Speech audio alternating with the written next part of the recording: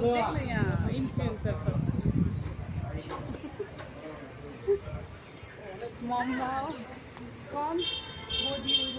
आज चाहिँ हामी इस्कन मन्दिर घुम्न आएको छौँ साथीहरू।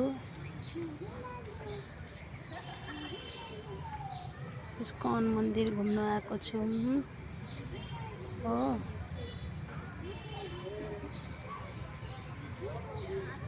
यहाँनिर छौँ, उहाँ बुहारी फोटो खिच्दैछ।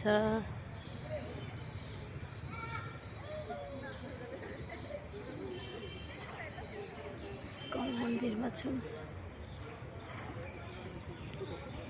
अहिले त पुरै दोकानहरू बन्द हुन्छ। बेलुका 4 बजीदेखिको खुल्छ।